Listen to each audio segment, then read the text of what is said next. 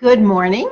Welcome to bright, warm, sunny Connecticut. Well, it's sunny. Um, it- my name is Elisa Kaplan. I'm president of Jewish Historical Society of Fairfield County and delighted to welcome you to our book talk, which is underwritten by our very own Marcy Schoenfeld in honor of her parents and the Bolinskis in honor of their parents.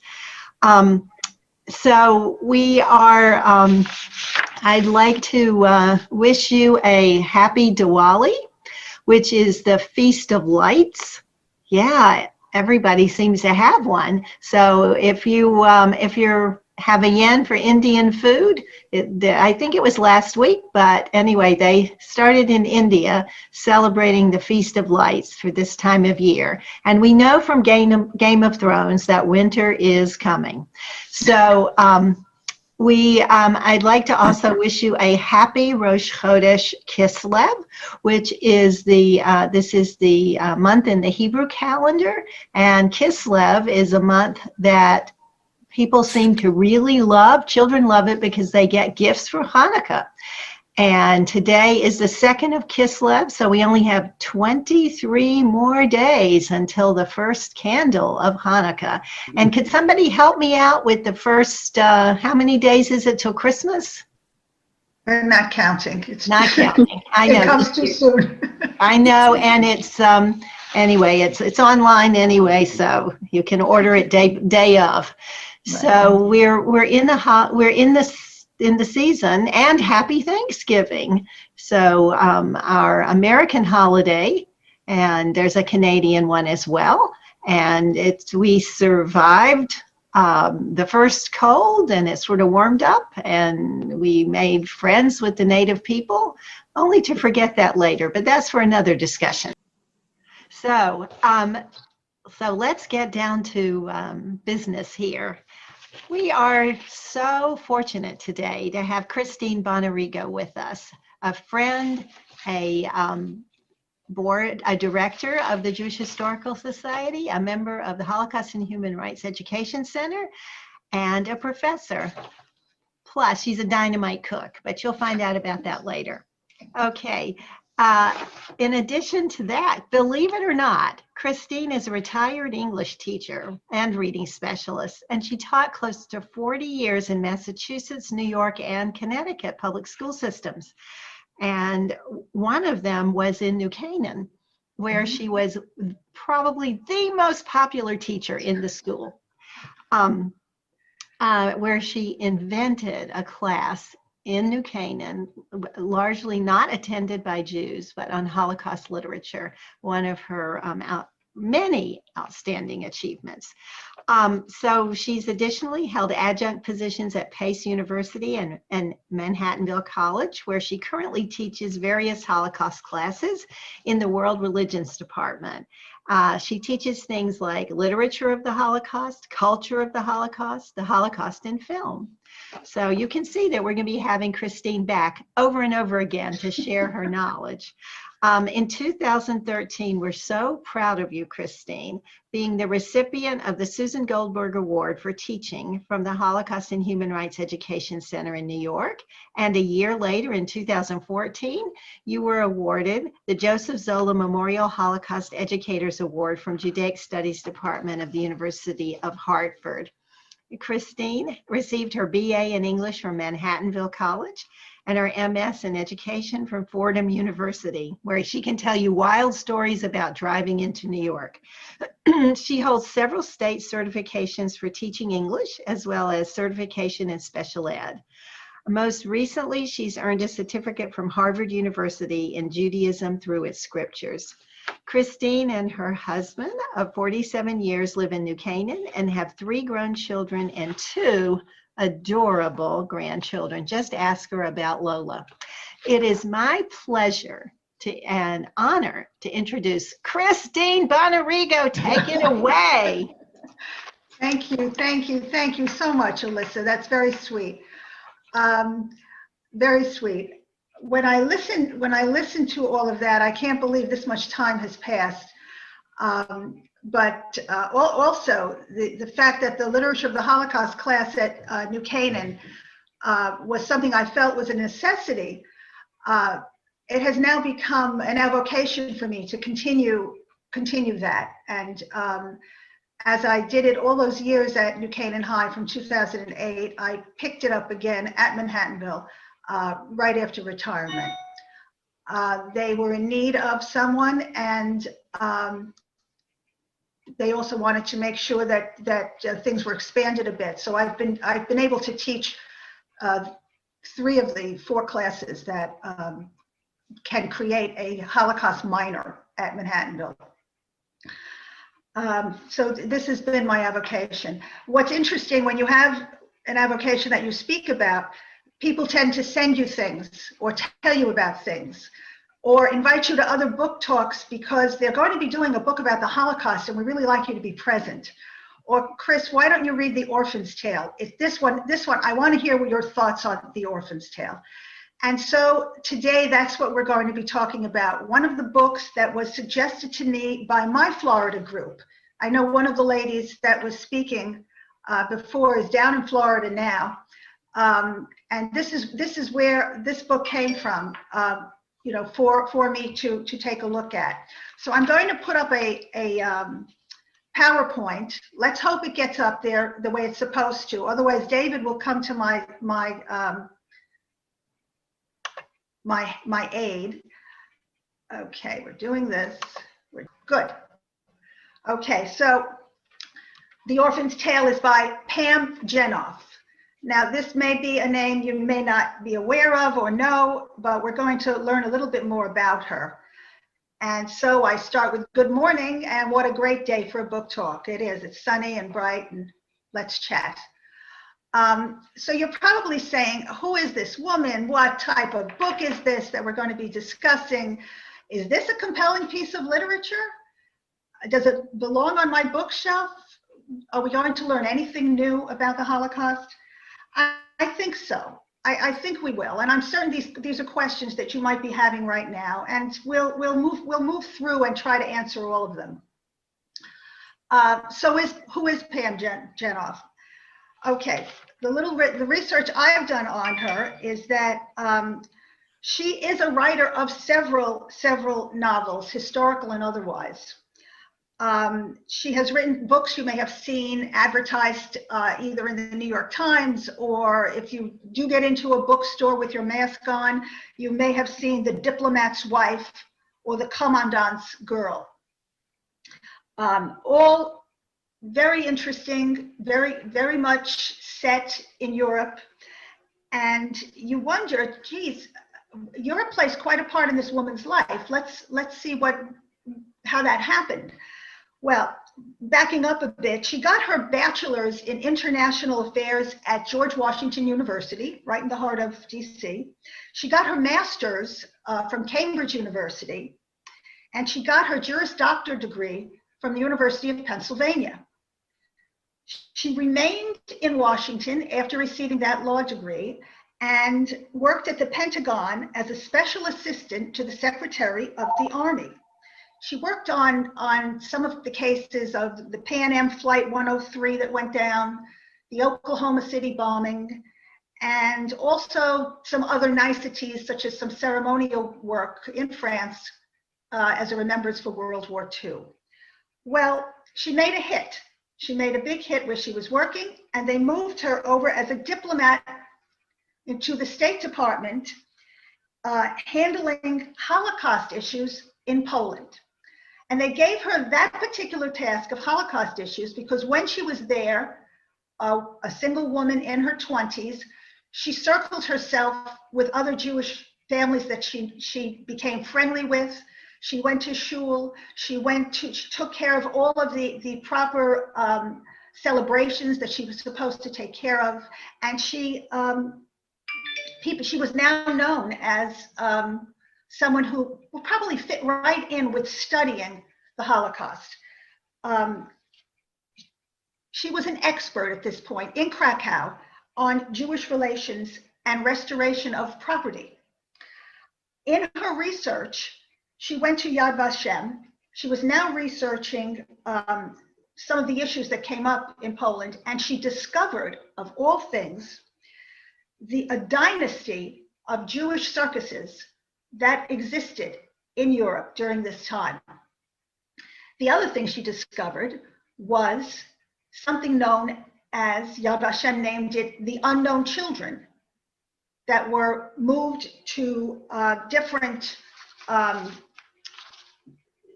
camps at one point. And she took these two discoveries and wrapped a story around them. Okay, these were two things that did occur, and they were the discoveries of the circus Altaf and the unknown children. Now, this is a little different than an historical novel that has umlauf amount of history in it and a story that's woven kind of through that. In this, she's done the reverse. She's taken two pieces and have used a lot of fiction around all of it to get the point across. Okay, so it's just a wee bit different than what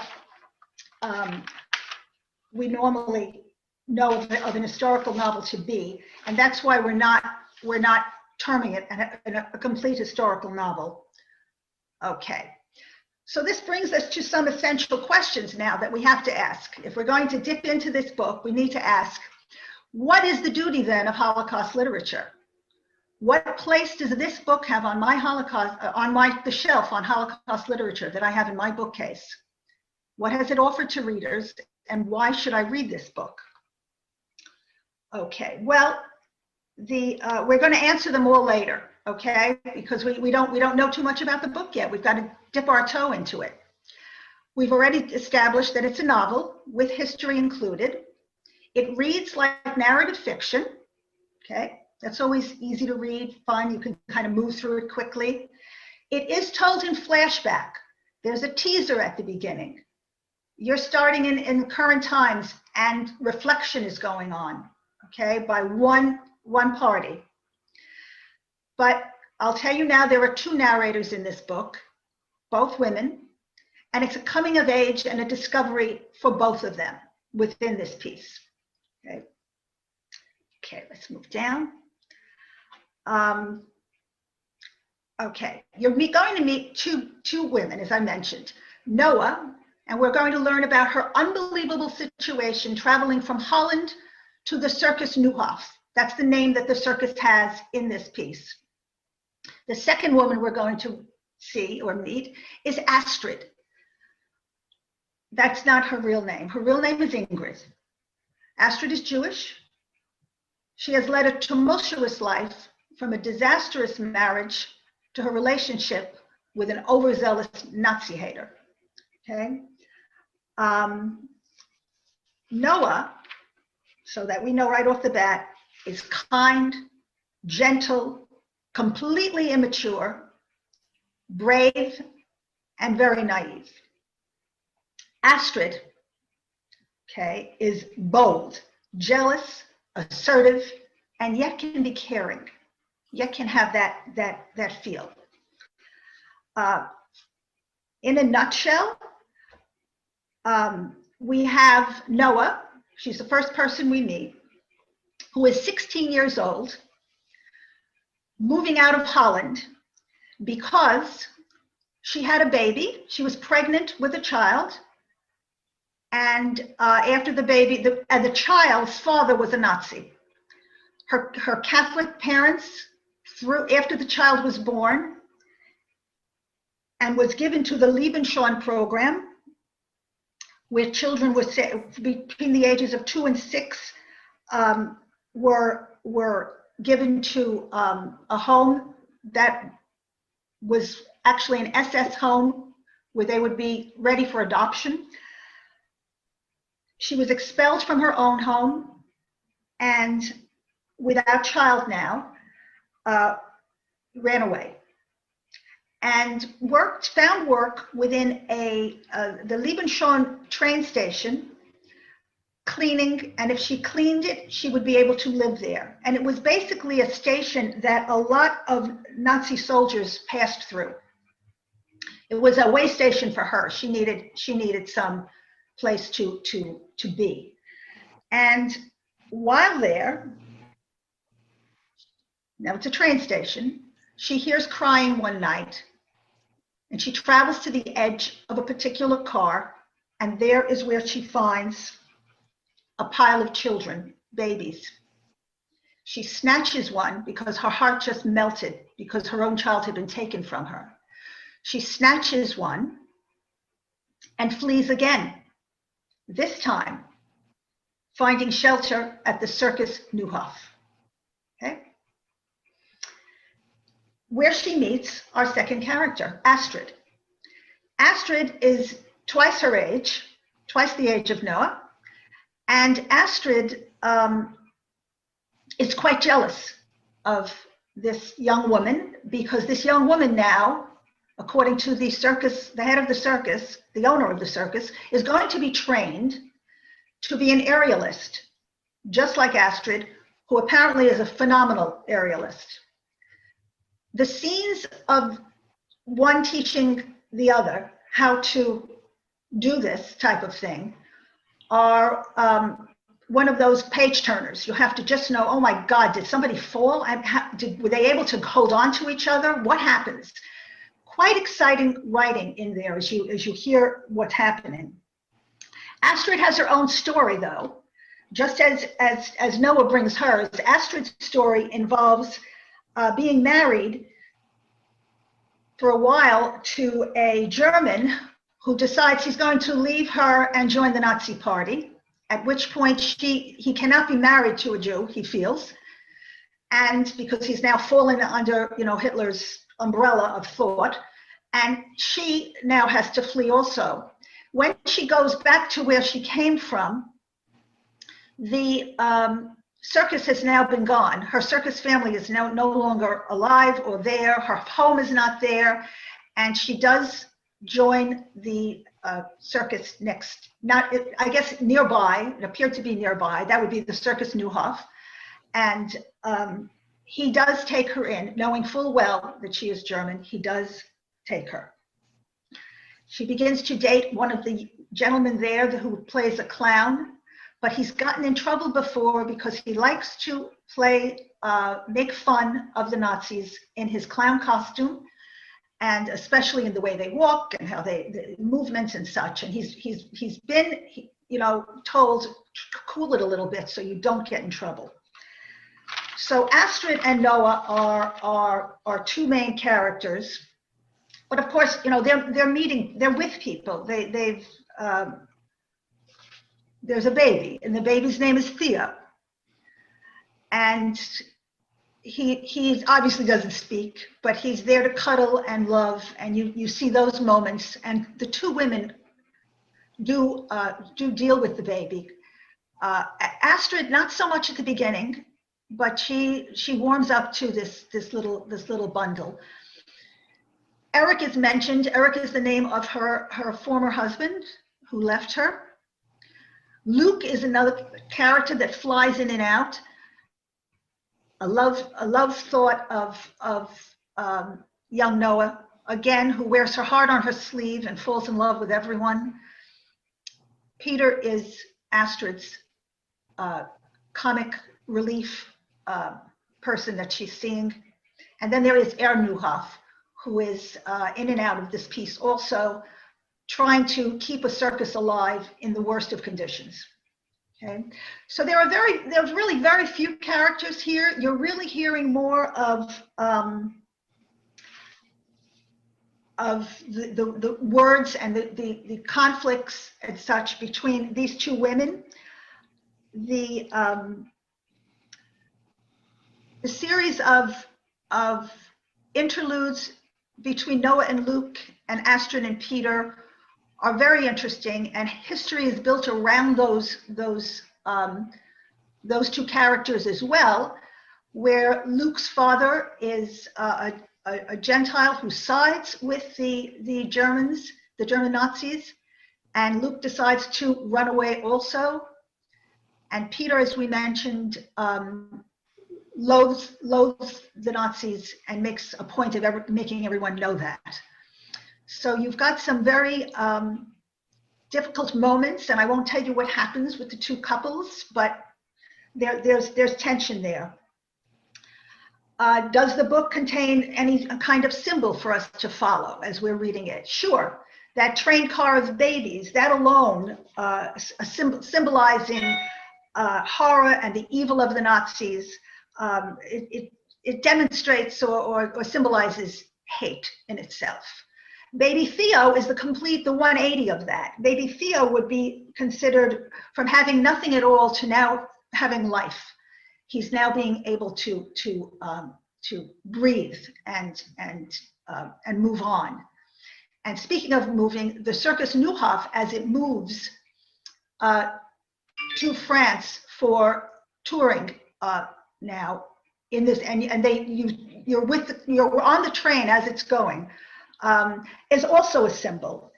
It's a symbol of the circus is a symbol of salvation, and it's a symbol as it moves of people trying to do better and get out and get away and just keep going. So you've got that, and you're feeling it as they're traveling. And you're traveling in this book from Holland to the Bensheim train station and to the circus itself. You're sitting in the stands, you're sitting in the cars moving. You're part of Noah and Astrid's life at this point. That circus train moving actually propels the plot. Okay, it gets them where they have to be to reach some type of climax in this story, and that's what we're aiming for also. It should be said that the shadow of World War II is over this entire novel. It's not vacant at all. You know what's happening. You can be sitting in those stands and you begin to wonder who's walking in and who's listening to what's going on. So, the wartime is all part of this piece. Do we have any themes that we can catch? Yeah, we do. Let's not do themes. Let's do the style first. It's point of view, and it's alternating narrations. So by that, each chapter it'll be Noah once, it'll be Astrid next. And they may even overlap what the other one previously had said. So if Noah was talking about her learning experience from Astrid at this moment, when it's Astrid's turn to speak in the next chapter, Astrid reiterates what her reaction was to that learning experience. So you get both sides of the story very, very well.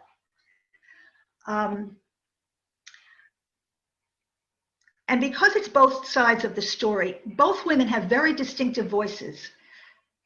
And what you're hearing here is not two sides to the story, their own life experience as they're trying to get through this war.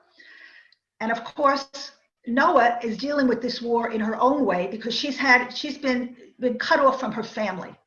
So she's got her own set of issues with that. And she's got her own set of issues with this baby that she's collected, and this own set of issues now with wanting to help Astrid and any other Jewish person that she knows there to hide and not get caught.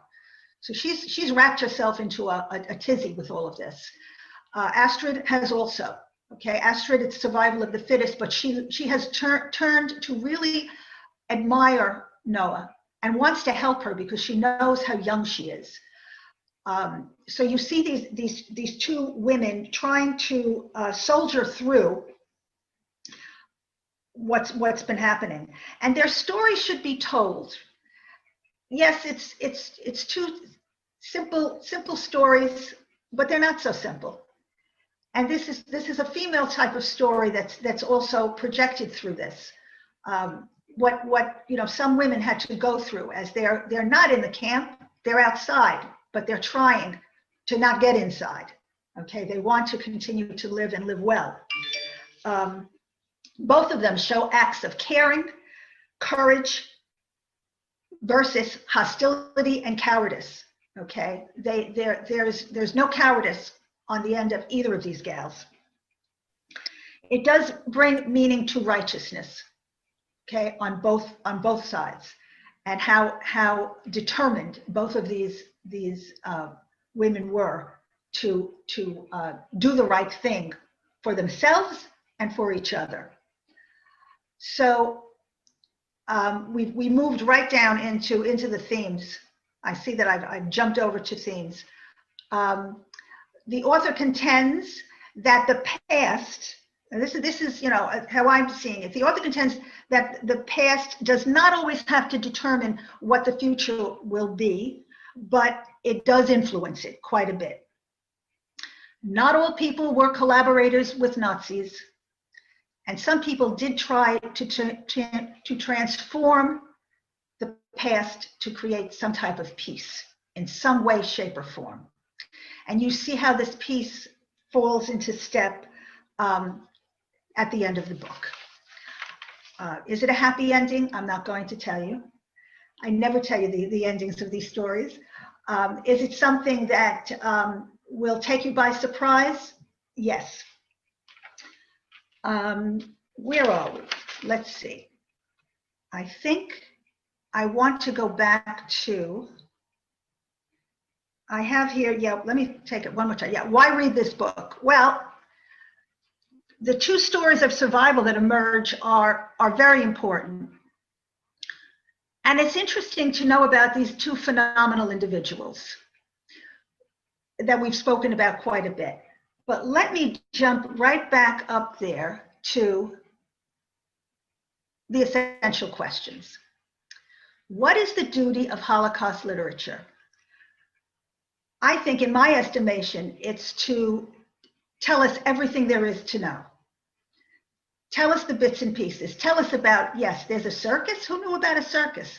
There's this one car. There's one car full of children that we need to know that have been named the unknown children. Then that little piece of information we need to know. Because whatever we learn from each of these books is something that allows us to understand this period of history and hopefully not have it ever repeat itself again. At least make us aware of everything that happened. What place does this book have on a bookshelf? I want to talk here about, I know many of you out there are prolific readers. So what I want to talk about here is the books you may have on your bookshelf and where this one may sit. Now, this book is different than a Primo Levi book or a Wiesenthal book, okay, The Sunflower. It's different than Primo Levi's Survival in Auschwitz, Drowned in the Save. It's different than any of the Wiesel pieces, because these men, although inmates and living through horrid situations, made their life's work writing to express what they went through and to teach us. Now, that doesn't say that Pam Jenoff hasn't done that too, but Pam Jenoff is not a survivor, okay? So you have these very strong writers who are able to have a different focus in their works. And then you have the type of book that might be on your bookshelf, which is Maus by Spiegelman, a different piece altogether. And he wants to tell us exactly what the common man, like his father, went through, okay? And he's doing it in a different way, okay? Different than Levy and Wiesenthal and Wiesel. And then you have pieces written by women who want to tell their story. They want to give you a memoir that is strong. And that would be Irina Gut in My Hands, and Edith Hahn in The Nazi Officer's Wife. They want to almost unburden themselves. And these memoirs, sometimes, often written in collaboration with a writer, give us a beautiful memoir that we can sink our teeth into as well and still learn about the war. The Orphan's Tale, as similarly to, or not similarly, I guess, because Tattoos of Auschwitz does list itself as a true story, but The Orphan's Tale sits on a different shelf. The Orphan's Tale is housed as a novel, with being wrapped around with historical pieces of the Holocaust. So does it belong on your bookshelf? Absolutely, absolutely. She's giving you a story that will make you think. What does it offer to its readers? That very important piece of information that we maybe didn't have before. And why should I read this book? One word: because. Just because. It's good to know. There's a saying that that my church has when we do any type of a function together that lifts us up. One of the sayings is, you know what? Pass it on. Pass it on. Pass on that thought, that the information you received. Pass it on to somebody else, anybody. So why read this book? Because you're going to pass it on. So I think I'm going to ask David to play, just so you know, we have here, and I think he told me to stop the share when I'm doing this.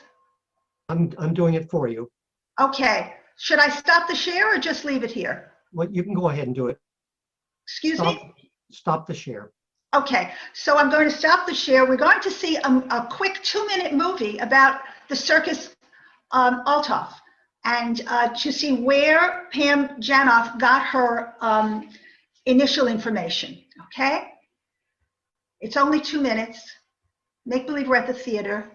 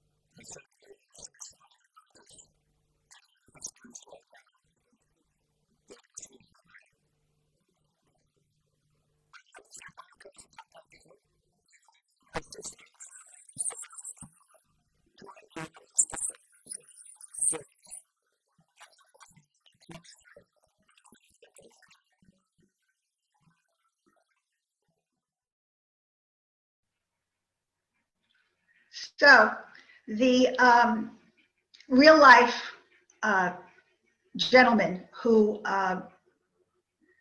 our author was able to connect to through her research was the one who actually Pam Jenoff was able to build her story around this particular theme, as well as the theme as the unknown children. Alyssa, should we move right into the other book, or should take questions on this now, or do the other book first? Does anybody have any particular questions or comments? We'll take one or two. Yes, I do. Marcy. Oh, Hi, okay. Marcy. I'll start my. Have you read other books of hers? And I know I keep getting emails from Amazon wanting me to read The Commandant's Girl. Yes. So is this the only book you've read of her, or is this? This is the only one I've touched so far. I probably will pick up the other, a couple of the other ones now, just to see, round it out a little bit. But she's quite good. She's prolific. She's written quite a bit. Yeah, while I see teaching. That. Yeah. Yeah. Okay. That was it. Thank you. No problem. Okay, I have a feeling there'll be more comments later. So why don't we add to the what we are learning and the flavor of what we're learning, and maybe the taste of what we're learning. Yeah. Oh, that's a good way to put it. Oh, okay. Share screen. I'm going to share the screen now with a different type of book completely. This book was, as I mentioned in. Let me get it up first. Share. Okay. So, Hidden Recipes, a Holocaust memoir. Now, what on earth is this about? As I mentioned earlier, just before we began, people tend to tell me to read things or give me things. One of my packages from my sister at Christmas time was a couple of books, and one of them was this. And she said, I know you'll enjoy reading this. It's all about the Holocaust and a young woman who's put together a piece about her parents who did survive. So I've read this piece, Hidden Recipes, and the title is exactly what you think it's going to be. The story involves, let's get to okay. Yes, it's a story of endurance, will to survive, courage and faith, finding joy, and that would be with regard to her, this Eva Moreimi, telling us about her parents. Her parents, Ika, which I believe it's Edith, and Ernest, both of whom went through Auschwitz and labor camps. The mother spent quite a bit of time in Auschwitz. The father was shifted around from labor camp to labor camp. In this particular piece, the writing is very straightforward. And I have to say, it wasn't captivating, but it was very loving. This is a story written by a second generation who heard all the stories from her parents and relished every moment she had with her parents and wanted to honor them in some way by writing this piece. Okay, I'm trying to get the next, there we are. Why the title? It's a unique story allowing these women to practice resistance. She mentions this in the front piece of the book. This would be a way, her mother told her, that we could defy what we were being told to do. We weren't going to be quiet. We weren't going to sleep. We were going to talk. We were going to talk at night, and we were going to talk about food. Okay, food was a commodity that was important. There was none to be had in a camp. And so just the idea of, oh, what I would love to have right now came up time and time again. And of course, as women do, they would ask each other, well, what did you make? Oh yeah, how do you make that? I always wanted to make that. Recipes emerged. And this would go on as often as they could do it. basically discovering how to live on in their own way. Okay. Well, they had to figure out how to write these. They could only memorize so much. They had to figure out a way to do this. And one day, Eva's mother found a pencil that had dropped in the ammunition factory that she and a lot of these ladies were working in. And she grabbed that pencil. I'm assuming other pencils were confiscated at another time. And they tore off the labels that were on the very ammunition that the Nazis were using to bomb all over the place. They tore off the labels that were white on the other side, clean, very easy to be written on, perfect. And on these backs of these tags or labels, they would secretly write their recipes. And of course, as she says, it made them feel dignified, human, and worthwhile. They wrote 600 recipes that her mother carried back with her, that she had, and they are now housed at the Holocaust Museum in Washington, D.C. I've seen an interview with her. It was quite something for her to have to give them up, but she did so nonetheless because she thought it was something that should be shared. And I think that, there are 600 recipes sitting down there. What are some of them? Linzer cookies. These are the 6 that are given in the back of the book. You don't get 600 in the book, you get 6. Linzer cookies, Ishla cookies, sour cherry cake, Gerbeau slices, chocolate almond tart, and the wasp nest, otherwise known as the Daraz Fezik. They all look delicious. There are black and white pictures in the back of the book. And I did tell Alyssa that I will get these recipes to her so that she can cook them all for us one day. No, so that she could have them for you if anyone wants any. She can send them to you. And I thought I wanted to share this little book also because it is Thanksgiving time. Hanukkah's around the corner. Holidays are here all over the place. This might be, especially with the way 2020's been, this might be a nice thing to do. And you might enjoy having them. And I think that's it. Okay. Thank you. Thank you very much. So let's open this up. Let's go to, yes, and let's see of comments, or perhaps some people would like to share if you've eaten or cooked any of these recipes. Sharon and Jeff? I just want to ask a quick question on that last book. Did she say, they had 600 of these pieces of paper? How did they manage to keep them safe during their time in the camps? Everything is hidden. Everything was hidden in a variety of places. In all of the works that I've read, they were hiding things in the bottom of cans, behind bricks, floorboards, mattresses. And we're talking late 40s here, where I think the Nazis were getting a little sloppy with how much they were little fearful that the Russians were on their tail, and they hid them every place. Okay, thank you. Meryl and Hank? I was curious about the recipes.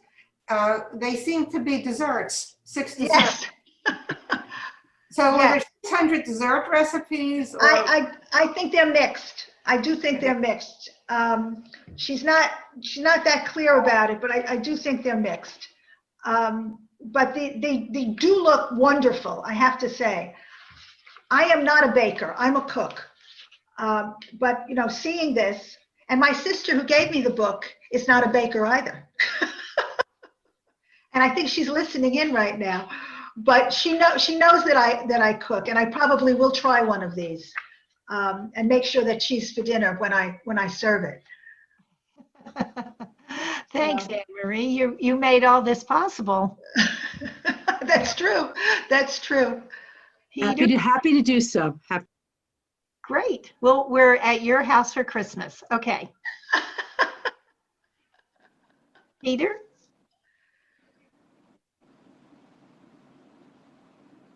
Is that Peter Lilienthal? Yes. Yeah, hi Christine, how are you? That was great. Okay, Peter, good. Yeah, both books, great, just terrific. Thank First you. of all, to remember 600 recipes, wow. Well, yeah, yes. Well, as you know, as she says, she doesn't know how if they were done verbatim, but you know, you're going to have to try. Somebody may have forgotten the salt. I don't know. I mean, you know, they're there. You know, I think the point of it is it was a way of passing the time.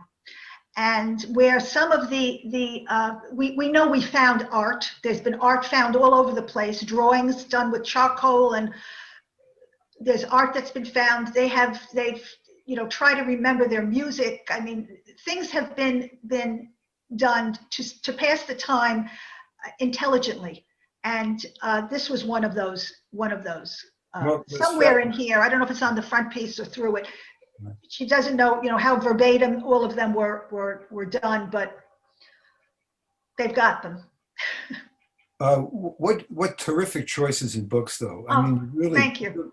Thank really, you know, it really tugs. I must say that my aunt was a fabulous baker, and what sticks in my mind as one of the most incredible dishes was the Linzer torte. And I remember it well. And as you were talking about it, I was tasting it. It was of course. So now you know what the ladies went through as they're, you know, they were getting a bread and maybe bread and washed down soup.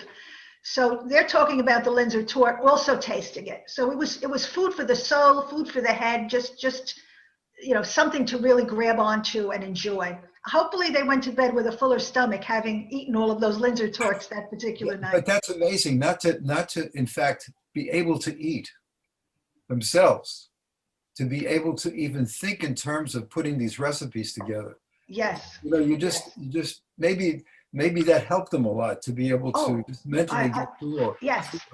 But the one benefit of my aunt is that she has a child. Her name is Miriam, my first cousin, and she's able to bake some of that stuff. So I do prevail on her. Yes, yes. She mentions in one of the pieces, you know, how I wanted to find that how clear some of the recipes are, that, you know, you may want to alter some of it yourself. But she does give pictures of what her mother made. They all look great. Hank, and then It's Marcy again. One of the things that interests me is that real good cooks never measure. It's a handful of this, a pinch of that, a bissel this. So it's, you know, I remember when my next door neighbor was a good cook, my mother made her sit and measure so that she could write it down. Right. Because my mother could not duplicate what she could do. Right. So, And that's, yeah, I think we all grew up that way with my sister who's listening will agree, and I think my daughter is on also, that, you know, when we were asking about, oh, how did you make that? And my grandmother would make these phenomenal stuffed peppers at Christmas time, and it was usually a first course. And, you know, grandma was just, yeah, well, I do this with the bread and I do that, and then the olive oil, and then make sure you put a little of this other. And, you know, Anne Marie, my sister, would really had to get her to explain thoroughly. It never really, there was never ever a measurement. It was just somebody watching and writing down what you saw because it was tough. We tend to be a bit more specific now. People are watching their weight, or they're watching their salt content or whatever it is. So we're a little more specific with our recipes. But yes, that generation, it was just basically word of mouth. So it could be, you could see these group of ladies in the dark of night. Make sure you throw in some paprika because it adds a little something. Okay, so could be done. Okay, so I think we have Hank and Jeff and then Anne. Hank? Okay. Just a personal thing. How did you get involved with Holocaust studies to begin with? Okay. Is this Hank who's speaking? Yes. I don't have everybody up on the screen, so I can't see. Well, the first way, I was about 10 or 11, and we were living in the Bronx. I mean, my family lived in the Bronx until 1970 something when they moved to Westchester. But we were living in the Bronx in a two-family house with my grandparents, with an identical two-family house right next door. And one year, a new family moved in. Actually, it was the year that we had moved in because both houses were new. And they were the Slens, and the Slens had about 4 or 5 children.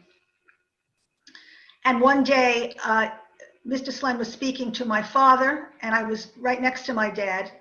It was summertime. Nobody had long sleeves on, and Mr. Slen had writing on his arm. And I'd never seen, I knew it wasn't a tattoo because it was numbers. And it was the first time I learned about what went on during World War II. My parents explained to me what had happened. Years later, I'm teaching at Dedham High School in Dedham, Massachusetts, and required reading for, I can't recall the year, but it was, I want to say it was a sophomore class. The required reading was Night by Wiesel. After that stint, my husband and I moved down to Westchester. I was teaching at Mamaroneck High School, and required reading was Night by Wiesel. Years later, we're in New Canaan, Connecticut. I'm teaching at New Canaan High School. Required reading for sophomores, Night by Wiesel. Again, I get these questions, these heavy-duty questions from these sophomores about the book. And I said, some of them need to be answered very carefully because the students are young. I think I can answer these questions better if they were seniors. And so I created the Literature of the Holocaust class, which became a senior elective at the high school. And as far as I know, it's still going. And that's basically the long-winded story of how I got involved in Holocaust literature.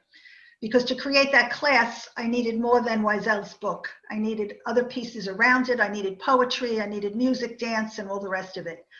And there's quite a bit out there. Okay. Wow. I hadn't heard that story before. That's beautiful. Jeff. Well, I have one comment and then a question. My comment was your use of the term overly zealous Nazi hater, which I found to be very interesting. I didn't know you could be overly zealous in that area. But, and the second was, what was the reception of your students in New Canaan to your course? Excellent. Excellent. They were basically green.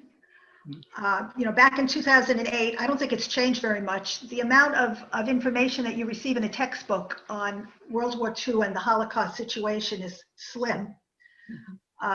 So they needed some background information. They were in I don't know if the word enthralled is correct, but they were amazed at what happened and what people had to do to navigate through the times. They were able to study what happened in the camps, depending on the book, and what was happening outside of the camps. What one had to do to try not to get caught. And who would help? Who could help? I mean, I'm teaching this class now at the college level, and I still have that same reaction that, but lots of but, there are no buts. This is what happened. And now we have to, see how this can be rectified in the future. In the college class right now, as I did with the high schoolers, we also talk about what's happening right now. And I usually had the latest. I told them always read the paper, because in a week or so, there's always another story about something happening to, ruining a Jewish cemetery, whatever. Graffitiing something, bombings, killings. It's incredible. And then I've had to go even, I think the best answer, Jeff, is the day I received an email from a student who was now in college and was still following what was happening. Oh. That to me is worth putting a lesson together. Well, that's great. What other books were in your courses? I mentioned a few of them in my when I was talking about what's on my bookshelf. This year we did do Primo Levi's Survival in Auschwitz. I previously had done The Drowned and the Saved, but I'm discovering that some of the students that were in my literature class are now coming into my culture class, and I don't want them to reread the same piece, so I have to change the books. So we've done Levy, we've done, they love doing they love doing it. The sunflower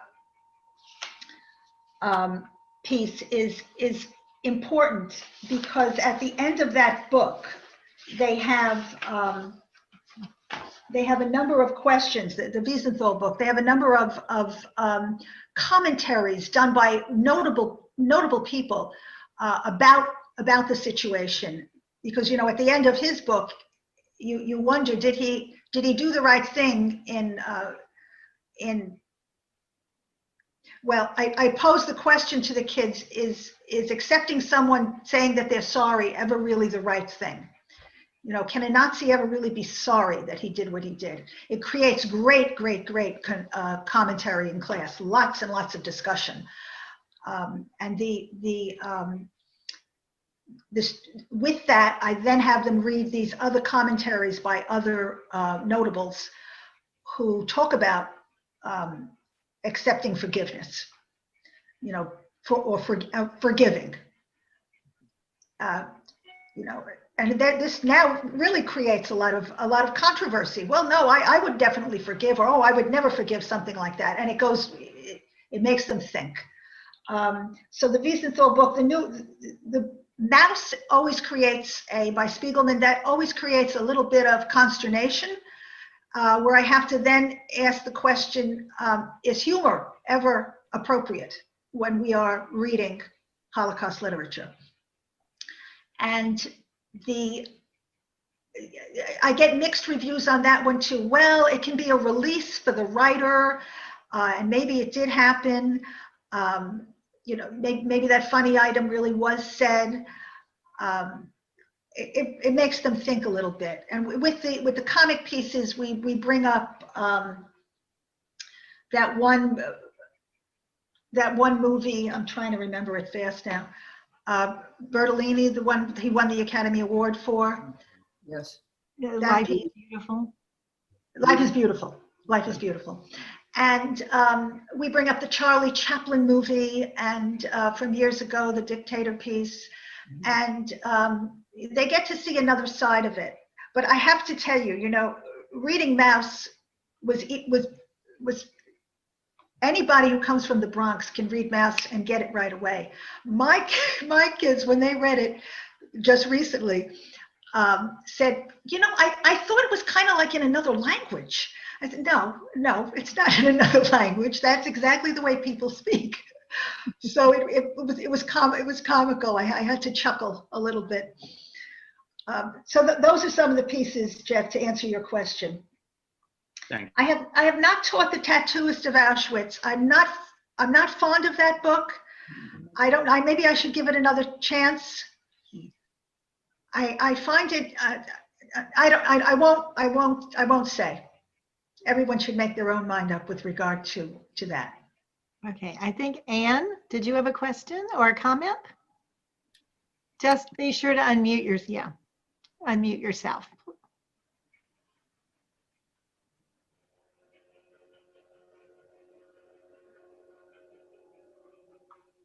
There you go. I'm talking now. Yes, you are. I enjoy the way you present, let's say, it's not a book report, but it's a report. It really makes you look at the book that you're reading in so many different ways. I truly appreciate it. Thank you. Thank you. I think you need to know what you're reading before you read it. You know, you need to know something about it. Sometimes the jackets don't tell you enough, and flipping through is sometimes not enough. Sometimes you need to pull it apart and present it that way. It gives a clearer understanding. And I think it's all the years of teaching English Yes. that I've discovered that this is truly a better way of presentation. It's So, certainly, you know, the questions that you ask at the beginning and that you go back to makes you really understand what you're hearing. yeah. Thank you. You're very welcome. You're very So welcome. that's one professor speaking to another professor. Yes, yes. Anne is going to actually be giving a lecture on the history of navigation tomorrow night. Oh, And if anyone, for the Stanford Boat Club, and if anyone is interested in that, I'll share it with the board, but I don't have all of your addresses. So anyone who's interested in the history of navigation instruments, is that it, Anne? That's it. wow. Fascinating. Yeah, tomorrow night at 8 o'clock. So get in touch with me and I'll be happy to share that information with you. And so we have the math professor talking to the literature professor here, the Holocaust culture literature professor, in case you didn't know. So are there any other comments or questions that people would like to add to our discussion? Well, if not, I will thank you for joining us this morning. I'm going to leave everything open. You can just even talk to each other or talk to Christine for a few minutes if you like. Sure. And happy Thanksgiving, happy Hanukkah. And next month, I'll wish everybody Merry Christmas and a Happy New Year. And happy Very Hanukkah. good. Leaving. Right. Thank you. Thank you. Thank you for coming this morning. Thank you Great. very much.